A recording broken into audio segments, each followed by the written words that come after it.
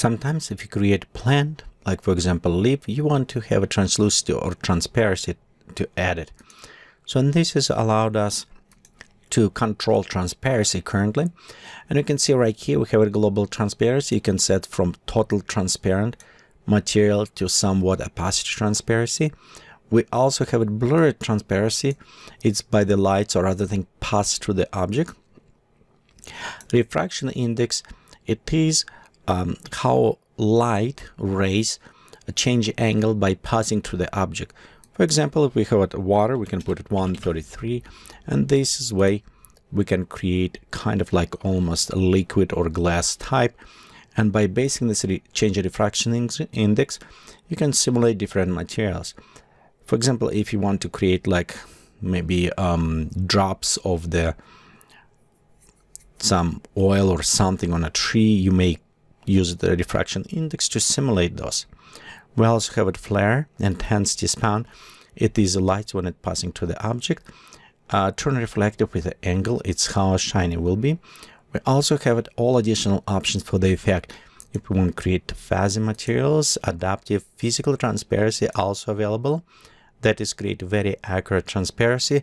However, this will take additional time to render because it will go with more precision calculations. And you notice right here, as we select physical transparency, we have the options of what type of the mode, depth, absorption, scattering, and all additional options applying to this. I don't think we will use it maybe in this tutorial, this type of properties, except nice to know they have it there. And if for some reason you try to create some different object, maybe it's a plant factory, you can try to use it, maybe create something icy sculpture or whatever. Just play around with this. Okay, next we also have a thin surface if we apply to this, and a variable transparency will provide for us as well as similar options where we can function driving transparency.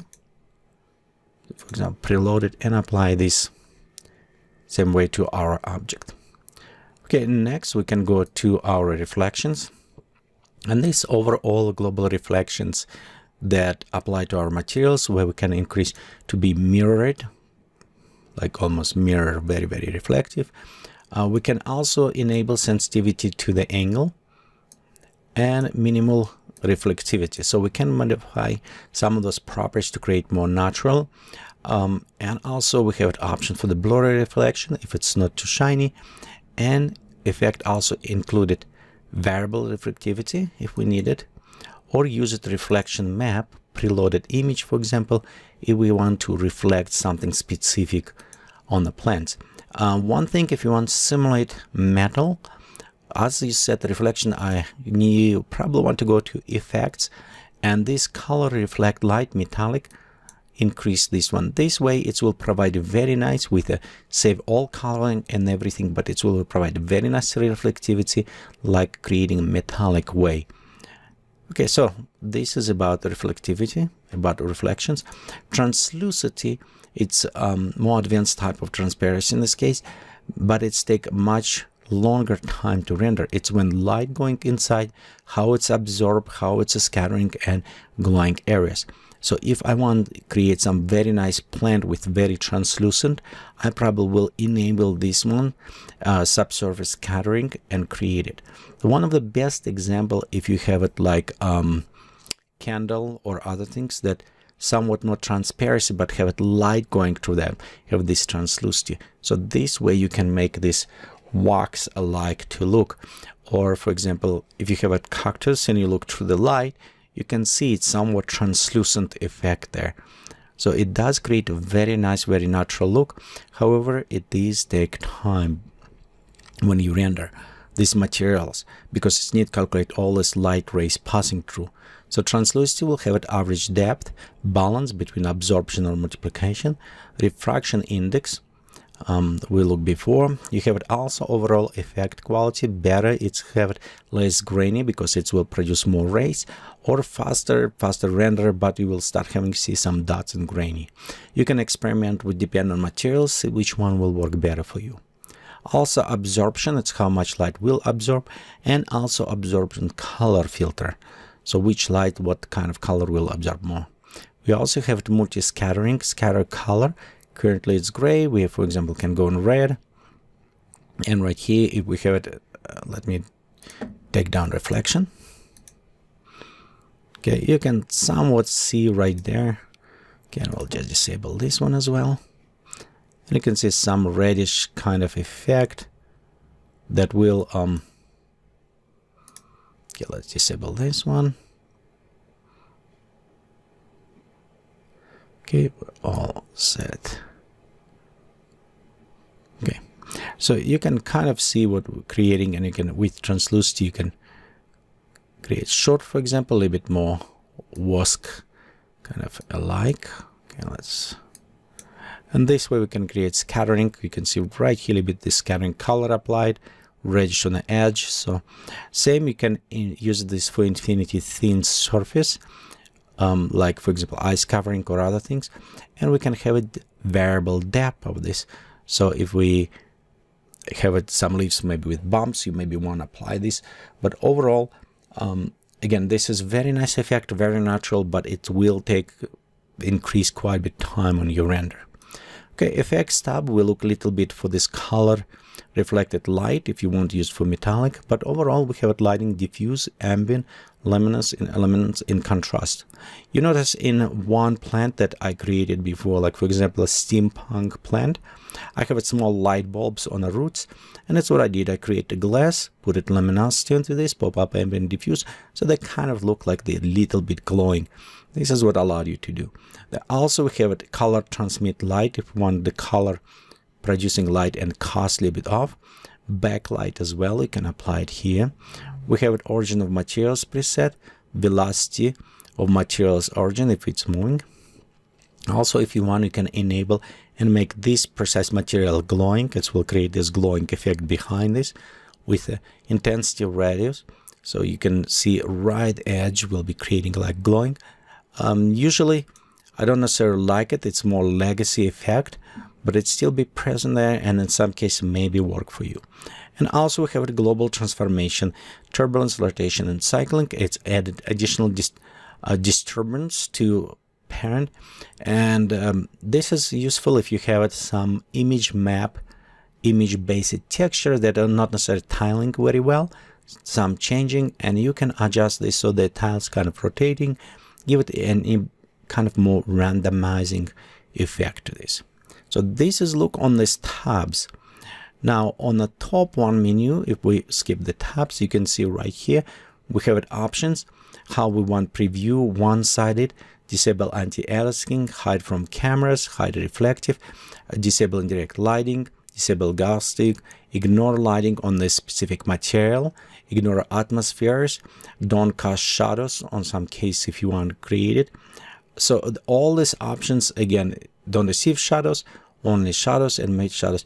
Most of them, and you probably want to use it, but if you need it for specific situation, for example, if you want just cast shadow from something, so you can create just only cast shadow, and this way object won't be invisible.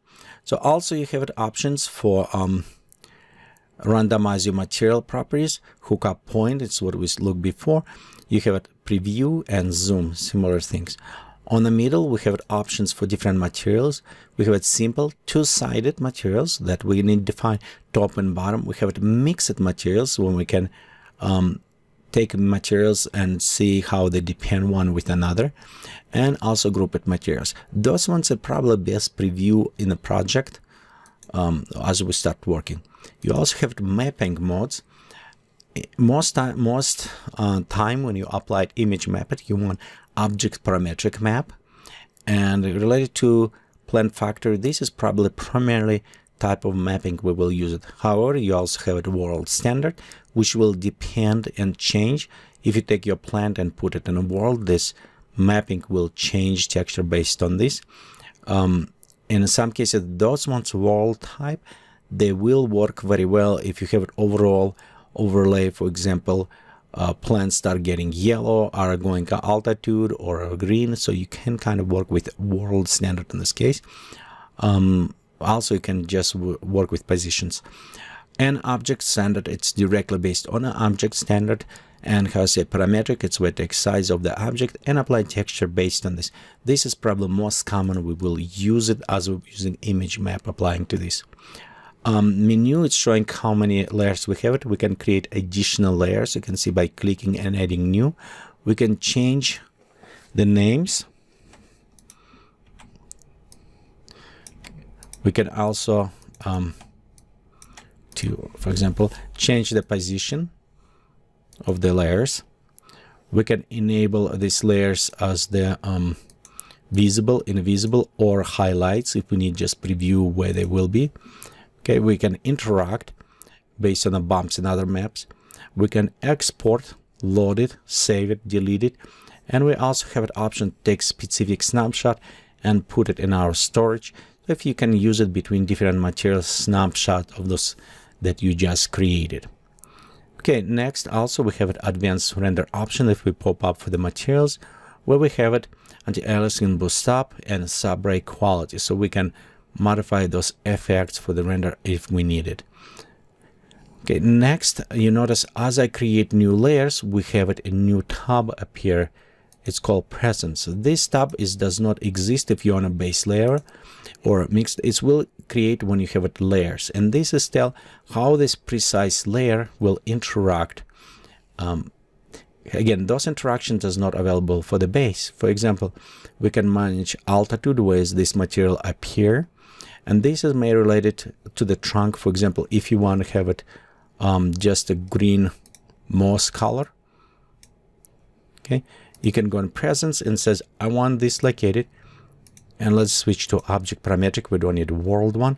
On the bottom of the tree where it's selecting, so you can adjust fuzziness. It's a border between those two, how much they will fuzziness will work between.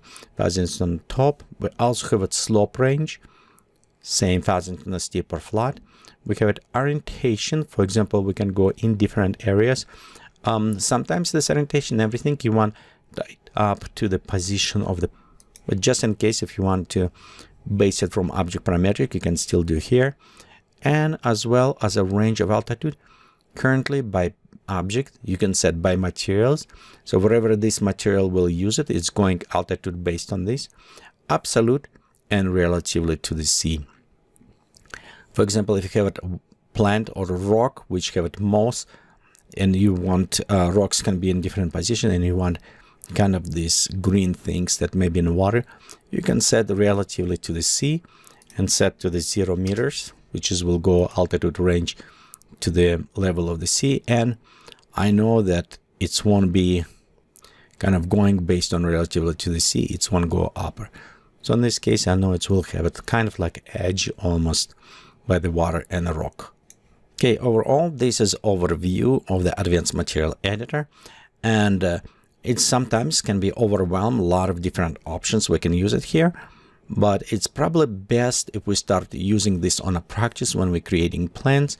It's make a little bit more sense then and see what properties can modify it.